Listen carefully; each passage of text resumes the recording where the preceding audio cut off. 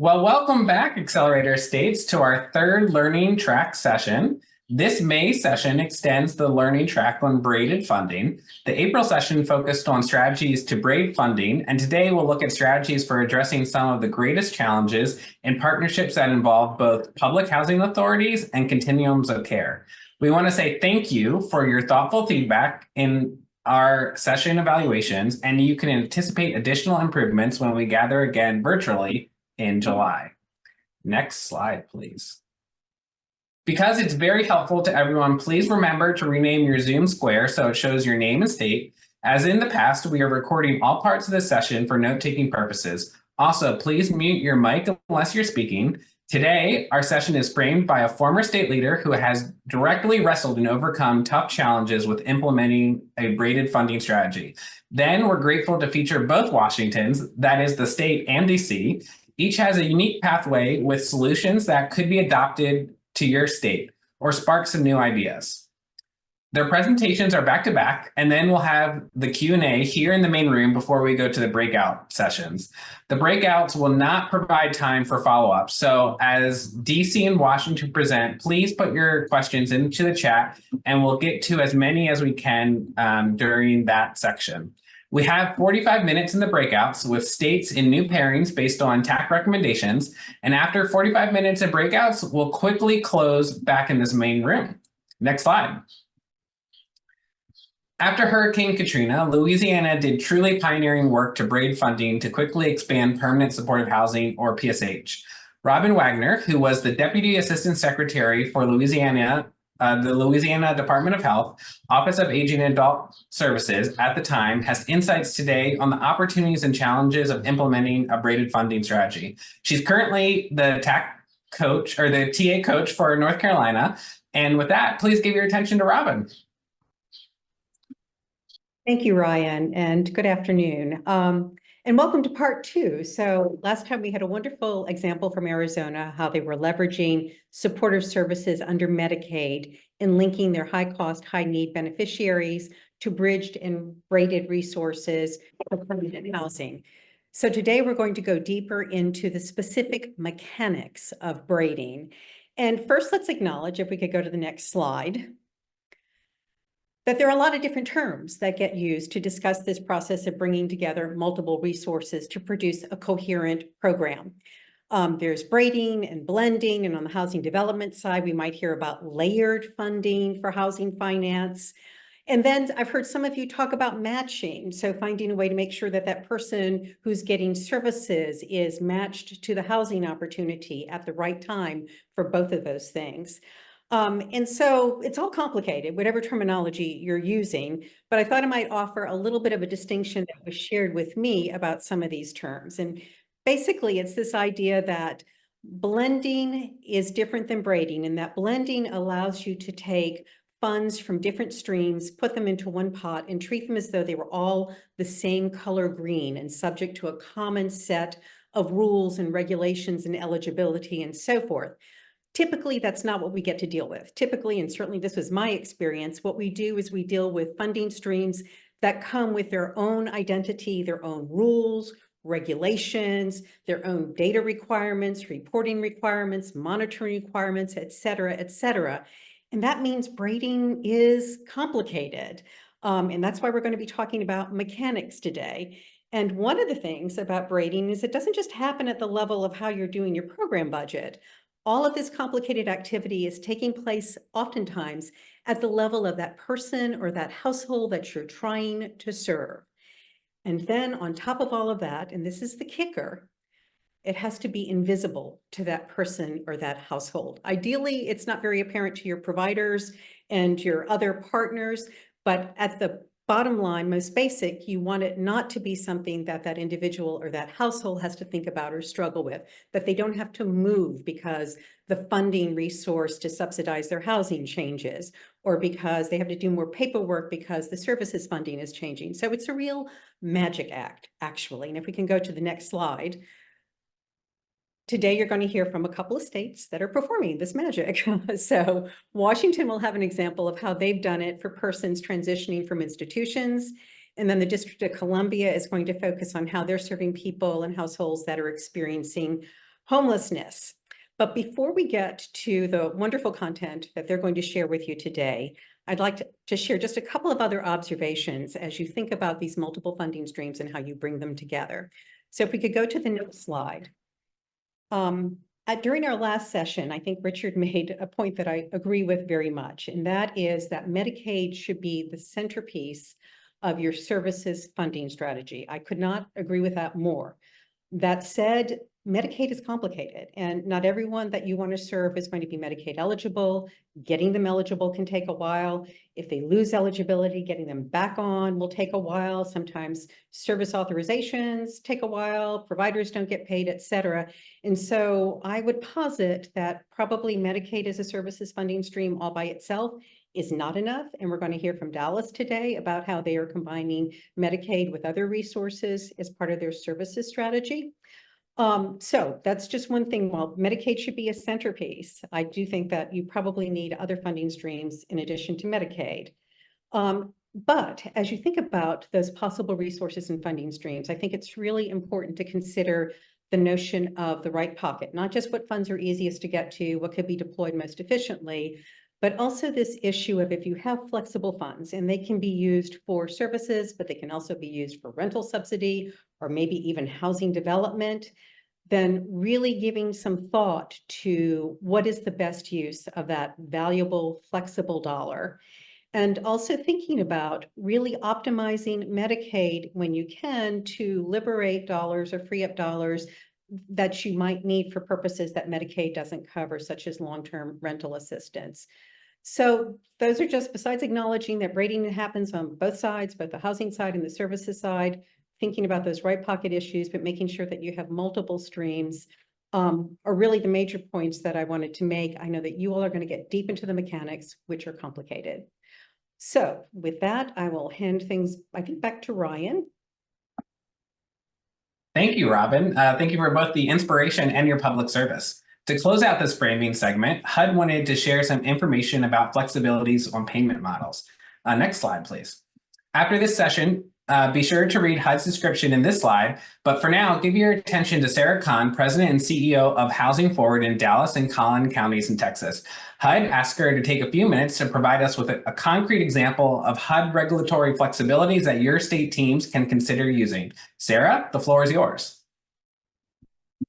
Thank you. Can you guys hear me? Okay. Yes. There we are.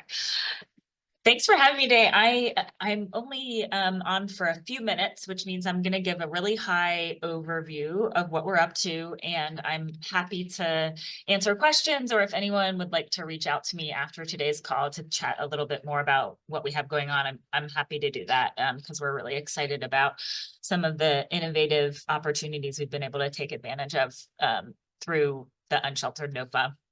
So just as a little bit of background, we are in a situation where historically our continuum of care left it up to our PSH, our permanent supportive housing providers, to piece together all of the services that are required to support tenants in their housing. And what that meant is oftentimes the service packages were falling short, and it meant that a tenant got a different level of care depending on where they were referred to or matched to for permanent supportive housing. And so the community came together and really set out a new vision to standardize a program model that then we needed to find some sustainable funding for, and then made a commitment that we wanted to ensure that all new units of permanent supportive housing coming online would have that standard level of care attached to them. So the program models that we looked to the research, and we identified housing first, assertive community treatment teams, and intensive case management teams as the evidence-based treatment teams that we wanted to establish in the community and commit to designing and funding.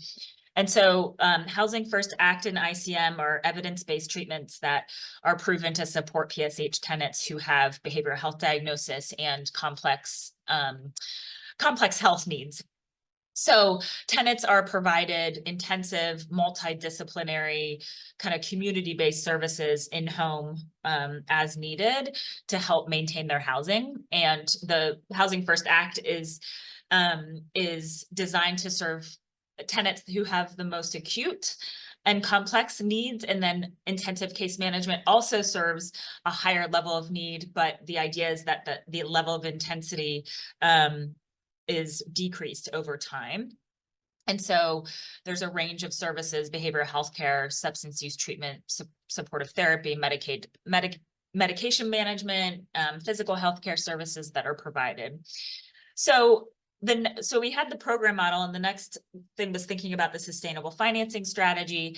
And we knew that we wanted to leverage mainstream behavioral health care, because and so when we thought about leveraging mainstream behavioral health care, it was at the time where the HUD COC funds, we had applied for the unsheltered NOFA funding, and we were successful at getting that award. And in the planning for that award, we realized that we were going to use HUD funding to ensure that we could expand the capacity of our mainstream behavioral healthcare system and to prioritize permanent supportive housing tenants for getting these packages of Housing First Act and ICM teams delivered through the behavioral healthcare system. Well, when we embarked on creating the system, those teams, we realized that in Texas and in our county, the referrals for the highest levels of care, which would be ACT and ICM, consistently exceed the capacity of our system. And that means that often our permanent supportive housing tenants weren't getting the support that they needed. So typically in that situation, the instinct is for nonprofits to recreate those services within their own agencies, which is obviously very inefficient and inexpensive, and it falls short. So the goal was, what is the best way that we can, if we have some funding, that we can leverage the mainstream behavioral healthcare systems to pay for those. And so when we started working with our incredible partners, the North Texas Behavioral Health Authority, they pay for ACT teams using a case rate model.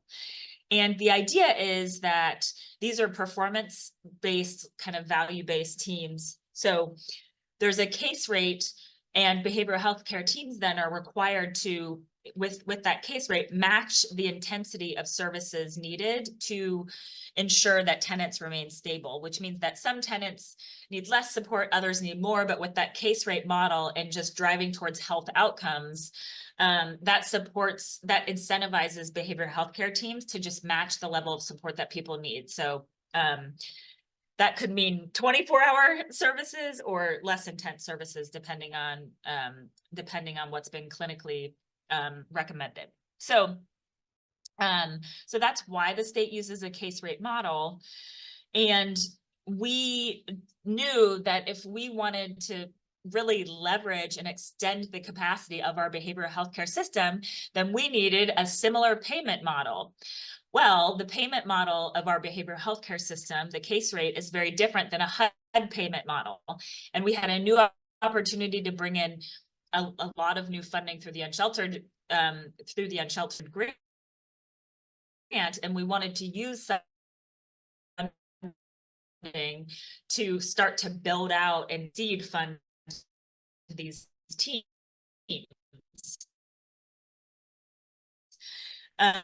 Which meant that is what drove us to really work with HUD to strategize about what could be waived within CFR 200 of the COC program regulations to allow for a case rate model. And what that allowed us to do is we received a waiver to be able to use COC program funds to do a fixed award amount, allowing us to create a case rate for these teams. And so that was one kind of innovation. The other innovation is, in our community, then we're using cost sharing to maximize the number of teams that we can bring on. So the North Texas Behavioral Health Authority has a network of providers. In our community, only 8% of our population of people experiencing homelessness are actually on Medicaid. which means that Medicaid isn't enough. We also need to draw on our state indigent care funding, which is grant funding available for people who are not Medicaid enrolled. And so the payment model that we've structured is HUD is going to pay the total case rate for an ACT team is about $1,300,000 a year for a client. And for a client who is not on Medicaid, HUD is going to pay a standard case rate of $6,400, and then the state indigent care funding will pay the remaining amount of funding. And so that model allows us to extend the capacity of the behavioral health care team, maximize both resources. And then I think the last thing is it sets us up to then be able to go negotiate with managed care organizations to, over the long term, now that we've set up these teams, to be able to negotiate a better, more value-based payment structure for our Medicaid clients as well. So that's what we're up to. That's really exciting, Sarah. Thanks for popping into our session to share your innovation. Next slide, please. Let's welcome and thank our Washington State team presenters, Whitney Joy Howard and Johnny Matson with Aging and Long-Term Support Administration in the state's Department of Social and Health Services, along with Pam Parr with the Spokane Housing Authority. The Washington presenters will then turn it over to DC, and next slide. And we're delighted to have Elizabeth Garrison from the DC Department of Healthcare Finance, Carmen Hernandez, and Tawana Holland from the Permanent Housing Division, and Joseph Lippy from the Family Services Administration unpack the Medicaid COC partnership. And with that, Whitney Joy, we're ready to learn. Next slide. Hey everyone, Whitney Joy Howard with Washington Aging and Long-Term Support Administration, ALSA, here with my colleague Johnny and the badass Executive Director of Spokane Housing Authority, Pam Parr, to talk about our partnerships with public housing authorities. Thank you, Pam, for always being willing to join us in these conversations. I think several of you on this call have heard us talk about this partnership before. Our partnerships with public housing authorities started over a decade ago. So just to set expectations, we don't have a whole lot to offer today related to partnering with public housing authorities around short-term rent assistance through CMS. And in talking about braiding, stacking, layering, trickles, streams, bridges to bridges to bridges, bridges to nowhere, this is not a good system. I think we all know this, but I just need to say that. We have this amazing cohort of individuals here from states at the forefront of this work and our federal partners. And I just hope in our breakout sessions today and at the in-person convening and in future iterations of this meeting, we can really start talking about how we can create a better system and less about how we're currently trying to make this patchwork kind of fit together. Those of you who are on here who know me, you know my thoughts on the length of time related to CMS rental assistance. And we just had an all states meeting with NASHB, so putting that aside, I also am hopeful that we can start really digging in more to how to create or expand state-funded rental programs, how HUD and HHS can better partner and align proactively around new resources to pair together and support one another, how HUD can support states in partnering with public housing authorities versus us having to individually go to individual public housing authorities, especially because while in Washington we do see that there's interest in partnering with us, there isn't this basket of vouchers just sitting around to help those partnerships. And not just working to bring more federal vouchers into the COCs, but also being mindful of populations in institutional settings, the reentry population, and the growing number of older adults at risk of homelessness, and working to prioritize them and their access to these resources. So there's a lot in front of us and some very fantastic folks in this room. And I continue to look forward to really getting down into these conversations with you all. All right, thank you. Next slide. Now I will talk about what I'm here to talk about. Okay, so to set the stage, At ALSA, we utilize all these resources to support housing stabilizations for those that we serve.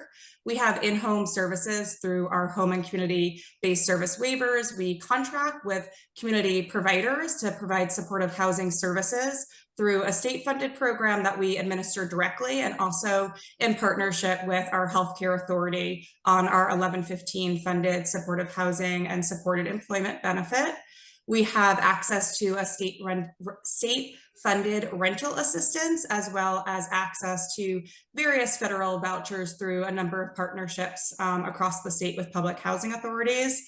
And then as of the past couple of years, we have also started to pursue access to tangible housing, because having rent assistance is a step up, but it does not necessarily equate to having housing. So we also, and thank you Massachusetts and Gordy, we're also about to award some global leasing funds. Global leasing, it's essentially master leasing. We were just using different terminology.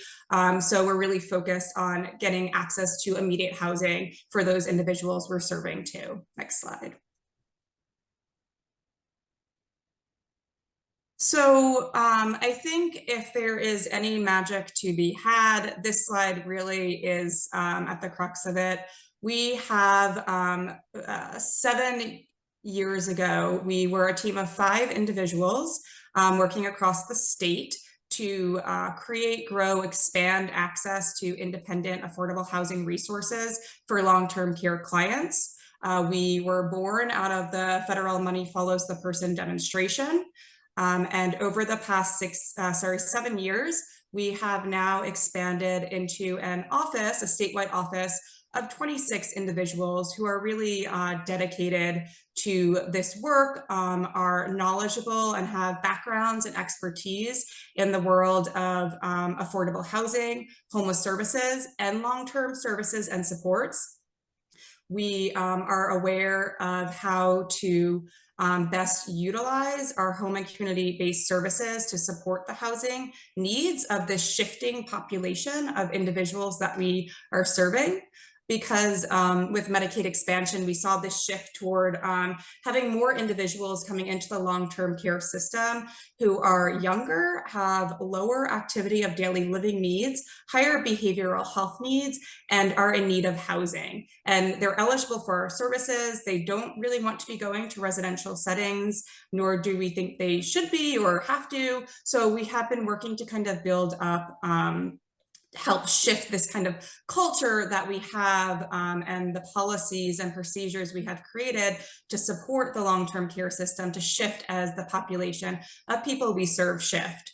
And I think for our team, we really are that connective tissue that makes the work that we do very successful. And we work very much in the macro and the micro. So we have a team working statewide with our long-term care case managers, with our contracted providers, hearing about client situations, and they're able to provide support at that direct ground level, but then also work to kind of raise up the issues that we are seeing to our leadership and policy level at DSHS, at the state level, and be able to kind of work to shift the culture and the way we serve people and how we're using the resources we have to support the system.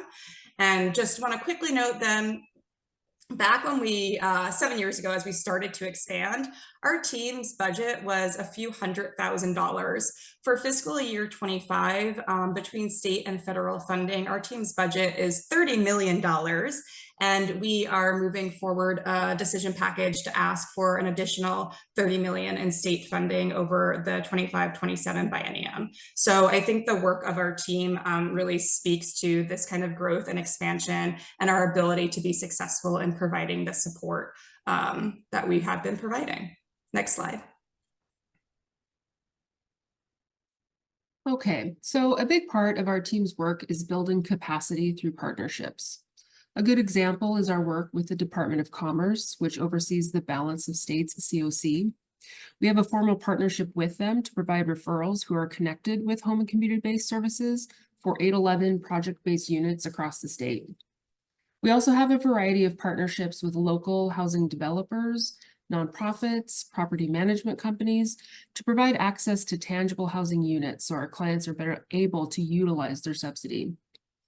Over the years, we've also been able to build formal partnerships with various housing authorities across the state. These early partnerships were created through our teams supporting housing authorities with NOFAs for NED vouchers. And again, that was back in 2011. These relationships have grown over time to include other voucher types such as mainstreams and the referral voucher program for housing choice vouchers. Creating new partnerships with housing authorities we have not previously worked with has been challenging. We currently approach each housing authority separately to pitch our ideas for working together. And while they are interested in our home and community-based and supportive housing services to support their tenants, they do not typically have vouchers readily available to support any new tenants, as most housing authorities are operating from either lottery or waitlist systems. For example, a recent conversation we had with one housing authority was their idea to create a preference voucher for a client base that could serve the individuals ALTSA or other Medicaid agencies work with. But the process on their end takes time, and it's not concrete, as it is up to their board of directors to approve. We find that housing authorities do want to partner with us, but do not have the resources to do so. Our current need, in that we are not a part of the COC system, is support at the federal level to encourage these partnerships. Next slide.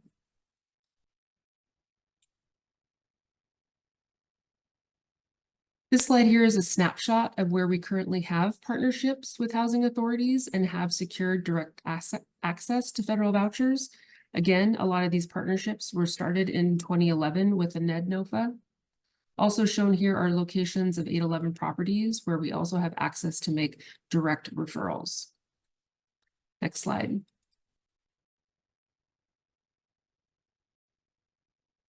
So paying rent assistance and services is actually rather cheap compared to some of the other places that we are putting our money. So we just wanted to highlight here, and we are happy to chat when we have more time with anyone who would be interested in how we have been able to grow our state-funded subsidy from a few $100,000 to several $1 million.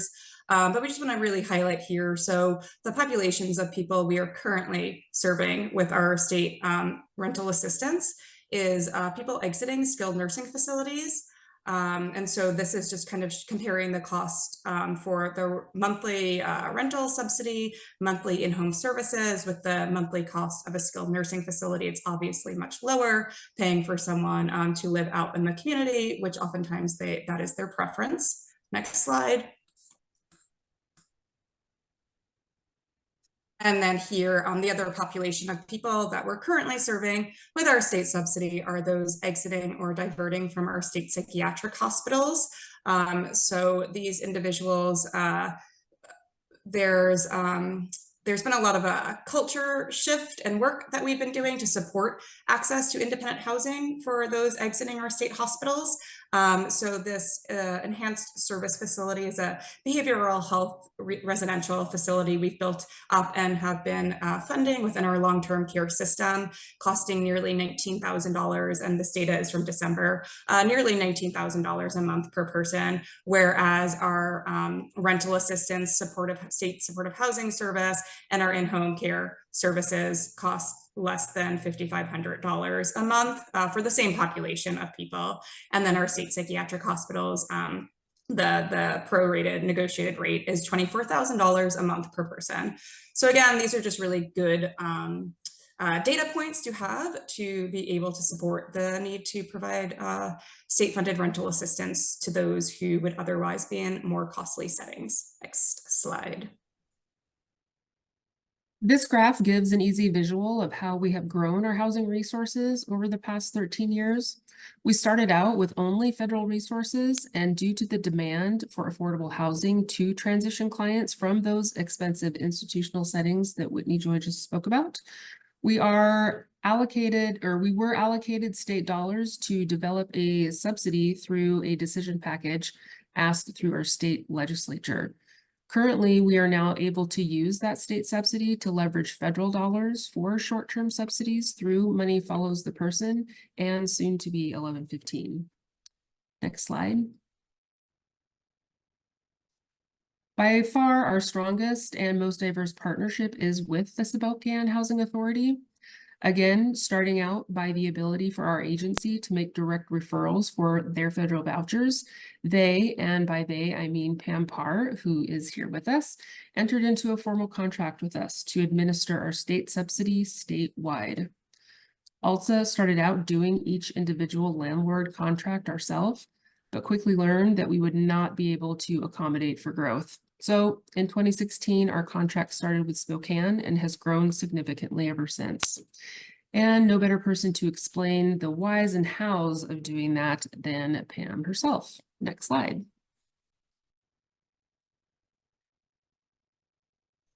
Hi, everybody. I'm Pam Parr, and I am the director of Spokane Housing Authority. And the why is because Liz Prince asked me to, really.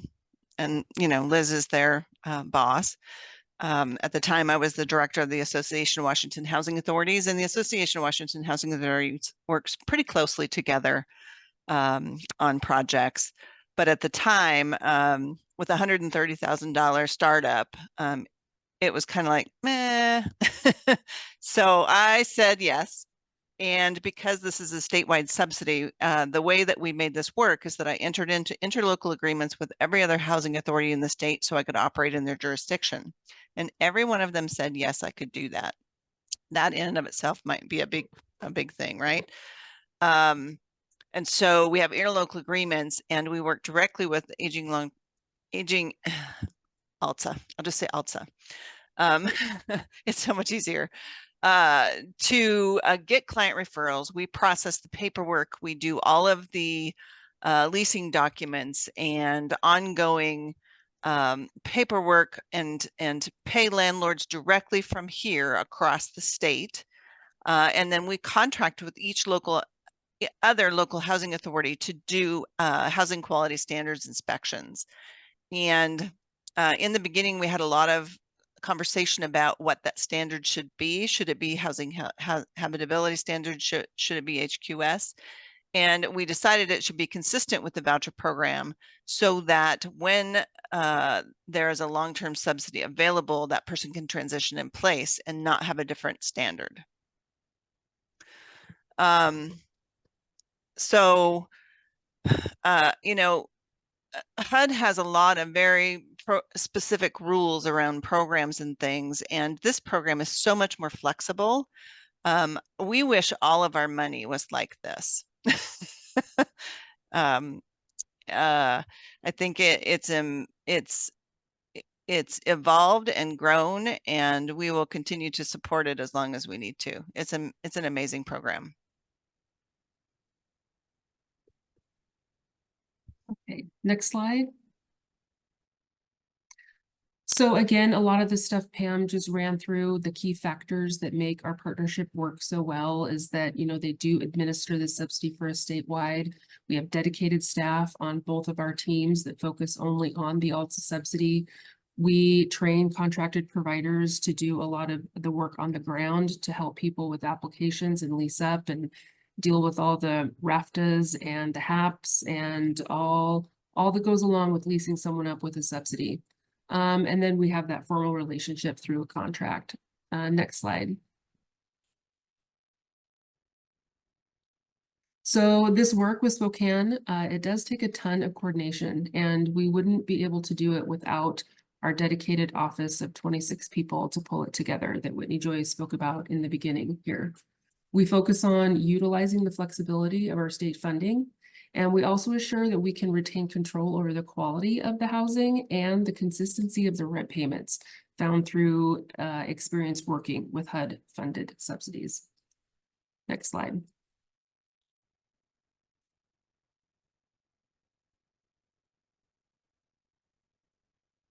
I think that's what we have to share for today. Thanks so much. Well, let's move it on over to DC.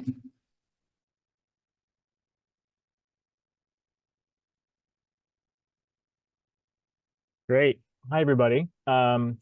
So we'll just jump right in. So my name is Joe Lippy. I am a senior advisor to the Family Services Administrator. Family Services in our Human Services Department is where the homeless services are delivered. And I'll quickly review the agenda and then kick it over to some colleagues to walk us through the more detailed elements of the presentation. Next slide, please. So we'll first do some level setting around DC's system of care. DC, for many reasons, is a little bit of a unique creature. So we'll quickly walk you through some of the unique aspects of our district to orient you to the work. We'll go over the sort of meat of the presentation. We'll be reviewing eligibility and voucher match, eligibility criteria and process and voucher matching processes, how we do that here.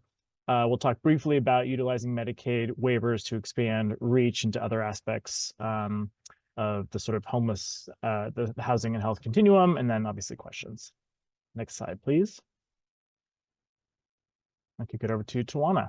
All right, so I understand we have some time constraints, so we're going to kind of move through this quickly, and then if there are questions, we can certainly open it up. So DC is a housing first jurisdiction. I think Sarah talked about that earlier today. We are a single continuum of care. And our major partners, of course, are healthcare finance and our housing authority, along with our community partners. We collaborate in decision-making on prioritization through our ICH, which is our Interagency Council on Homelessness, through our mayor's office. Our COC is administered through the Community Partnership for the Prevention of Homelessness, which we call TCP, and they also manage our HMIS, which is Homeless Management Information Systems. That's the database that actually we work through our coordinated entry to funnel all of our participants through a system where our community providers, community residents, and other partners are able to come together to look at the eligibility and prioritize individuals and families that can come through our system. In our system, though, we have 80% that are tenant-based, meaning the voucher is attached to the tenant, and about 20% that are unit-based, meaning the voucher is attached to the unit. In us working with and leveraging the 1915I Medicaid SPA, we work with, of course, the healthcare finance to do this HSS benefit, which is a housing supportive services benefit. And we use the pay structure of PMPM, which is per member per month. And so we'll talk a little bit more about that later.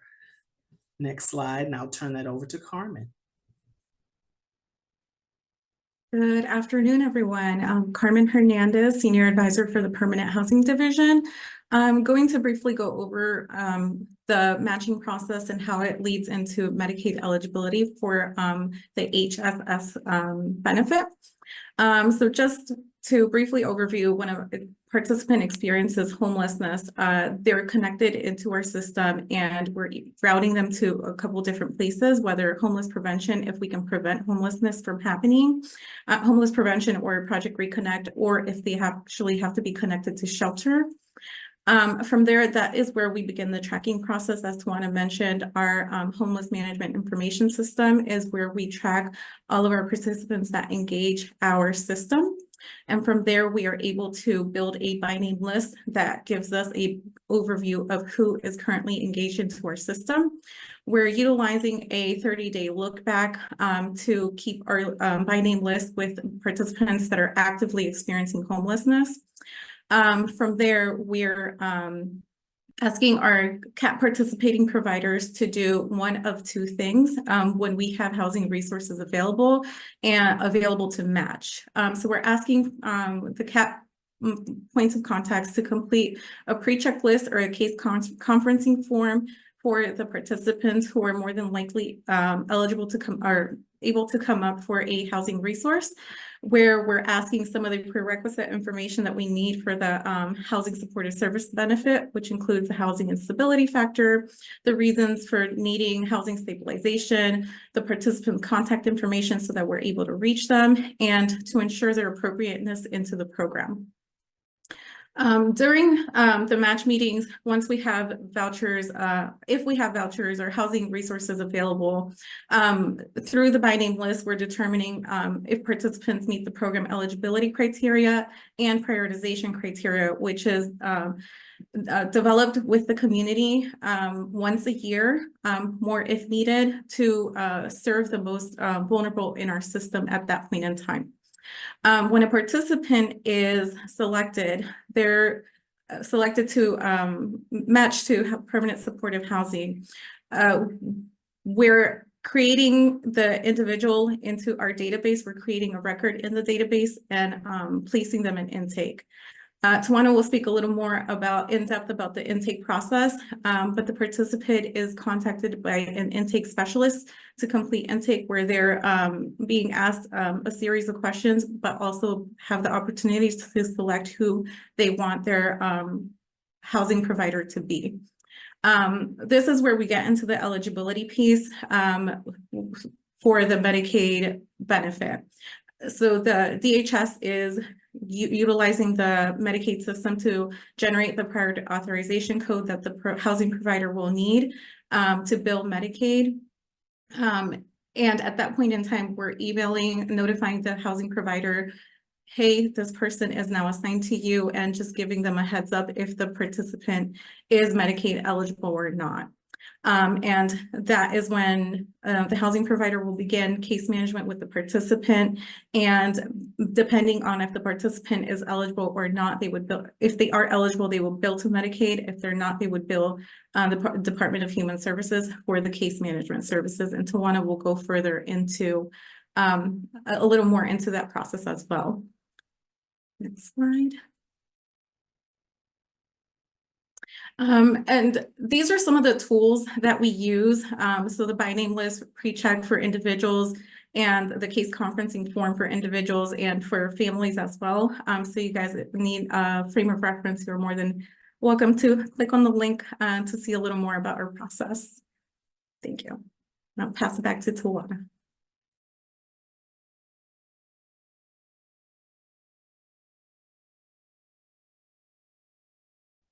Sorry, my audio. Okay, so we're going to just touch briefly on our process. We have a housing we have two ways to come in. Housing navigation means we are doing an initial assessment. And as Carmen talked about, we do the initial functional assessment that is a conflict-free assessment with our participants that will be selecting a slot with one of our 23 providers. And so in housing navigation, they would get 4 contacts, 4 of those contacts, 2 face-to-face and 2 other types of contacts. If they're in housing stabilization, when they're doing their annual assessment, this is when they're looking at their risk levels, their needs assessment every year, so they can re-qualify for the Medicaid benefit, which is HSS. And anyone in housing stabilization are those that are already housed, but they're still at risk for homelessness if they were to lose their housing subsidy. Once their intake is scheduled, of course, they develop their individualized service plans, evidence-based service plan, and they choose their provider. Once that is completed, then they are assigned to their chosen provider. When that provider is chosen, they then begin to work with them. They do a warm handoff from the outreach provider or other provider that are transitioning to them. They complete the measurable objectives and timelines that support the goals that they chose in their intake, and they complete a biopsychosocial assessment as well. Moving into the rest of the eligibility determination, Carmen did already speak about the prior authorization that they have to have, connecting them with the benefit through DC Healthcare Finance. That's the Medicaid payment that they have to connect. They also have a modifier. If the person is in housing navigation, they have a different modifier, U1 modifier, than if they're in housing stabilization. And of course, they would then go through recertification annually and receive another prior authorization code annually. Next slide, and I'll turn that over to Joe. Great, thank you. So I'll go super fast here because I know we're pressed for time. So some lessons learned from scaling up our 1915I utilization. So scaling up training and training staff to process the new sort of inflow of vouchers was difficult. And we're still sort of working through those kinks. So what worked well, hiring incentives and retention bonuses, for sure. Not always the most doable to maintain in perpetuity, but worked well. And we know that it worked to get folks in the door. We reduced case management licensure and education requirements in some instances, which opened sort of the denominator a bit wider by reducing the number of years of experience, for example, required to get these jobs. That also helped. And then we have a robust Medicaid academy for providers to help learn different sort of details about the voucher and the relevant processes there, which we can share with you later. What didn't work well, double-edged sword of reducing case management and licensure, right? So some more of the complex clients sometimes exceeded the comfort level of some of the folks that we hired in. So that was a bit of a learning process. And then how we're doing, still some capacity challenges, but we've made great progress and we're continuing to iterate and innovate on these challenges. Super quick, training and monitoring the PA codes also required some new capacity building. So what worked well, TA from our Department of Healthcare Finance was great and helped sort of work through some of these complex issues. And then workflow improvements to better integrate PA codes across teams and providing training on those issues. What didn't work, sort of underestimating the capacity needed to monitor and reconcile all of this. So I think we could have done a little bit better of a job anticipating those challenges. Data sharing and quality across systems presented a challenge in some of the PA code issues. We're still working through those. They come up as challenges from our providers, but we're making great progress. And then to date, about $11.4 million in federal funds received to expand and sustain these programs. Next slide. Super quick, 1115 waiver. We've just submitted in collaboration with our healthcare finance colleagues for this. This will be sort of expansion, as I'm sure many folks on this call know, from the behavioral health transformation to what will be called the whole person care transformation to really get at that sort of health as housing continuum and expand what services we could cover from these funds. A couple of examples from our district. Project Reconnect, which is a sort of early stage flexible fund for prevention and diversion. 6 months of rental assistance for our family rapid rehousing program is another item we've requested some funds for, and then also our eviction prevention program, our emergency rental assistance program, which is a one-time payment for eviction prevention. Sorry to talk so fast, but I think that is it. Next slide is, I think, just a thank you. All right. Thanks, everybody. Yeah, thank you so much to our presenters. That was